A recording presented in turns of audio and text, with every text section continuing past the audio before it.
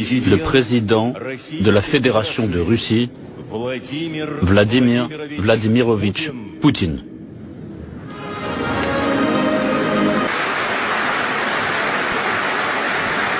L'Occident est prêt à tout enfreindre pour maintenir le système néocolonial qui lui permet de parasiter, en fait de piller le monde, de collecter un tribut humain croissant.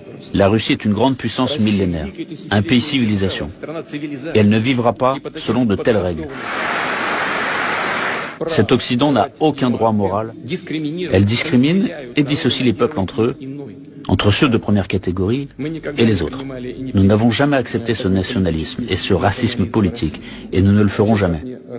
Il est bon de rappeler à l'Occident qui a commencé sa politique colonialiste, la traite des esclaves, du génocide de peuplades indiennes, du pillage de l'Inde, de l'Afrique, exterminer délibérément des ethnies entières pour s'emparer de leurs terres et de leurs ressources. Ils ont organisé une véritable chasse à l'homme, comme s'il s'agissait de bêtes. Ceci est contraire à la nature même de l'homme, à la vérité, à la liberté et à la justice. L'ordre de ce monde unipolaire est par essence antidémocratique et liberticide.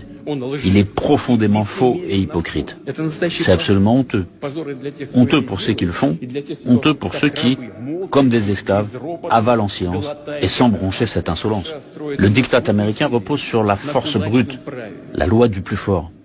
Tous les pays qui disposent ou cherchent à disposer d'une véritable souveraineté stratégique et sont capables de défier l'hégémonie occidentale sont automatiquement considérés comme ennemis. C'est sur ces principes que se basent les doctrines militaires des États-Unis et de l'OTAN, qui exigent ni plus ni moins qu'une domination totale. Les élites occidentales présentent leurs projets néocoloniaux d'une manière aussi hypocrite, prétendant avoir un esprit pacifique, en parlant d'une certaine dissuasion. Une ruse de ce genre de propos rusés, circule d'une stratégie à une autre, et au fond ne signifie qu'une seule chose, la destruction de tous les pôles de développement souverain. Comme le disait Goebbels, plus le mensonge est gros, plus il passe. Ils agissent selon le même principe. La Russie comprend sa responsabilité devant la communauté internationale et fera tout pour ramener ses têtes brûlées à la raison. Je voudrais maintenant revenir sur ce que j'ai dit et m'adresser à tous nos citoyens, pas seulement aux collègues présents dans la salle, mais à tous les citoyens de Russie.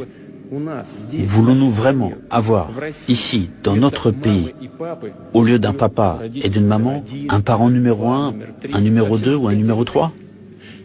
Voulons-nous que les enfants dans nos écoles, dès l'école primaire, soient exposés à des perversions qui conduisent à la dégradation et à l'extinction? Voulons-nous qu'on leur apprenne qu'il existe d'autres genres que les hommes et les femmes et qu'on leur propose une opération de changement de sexe? Est-ce cela que nous voulons pour notre pays et nos enfants? Tout cela est inacceptable pour nous. Nous avons notre propre avenir. Je répète, la dictature des élites occidentales est dirigée contre toutes les sociétés, y compris les peuples des pays occidentaux eux-mêmes. C'est un défi pour tout le monde. Un tel déni total de l'homme, le renversement de la foi et des valeurs traditionnelles, la suppression de la liberté, prennent la forme d'une religion de l'inversion, du satanisme manifeste.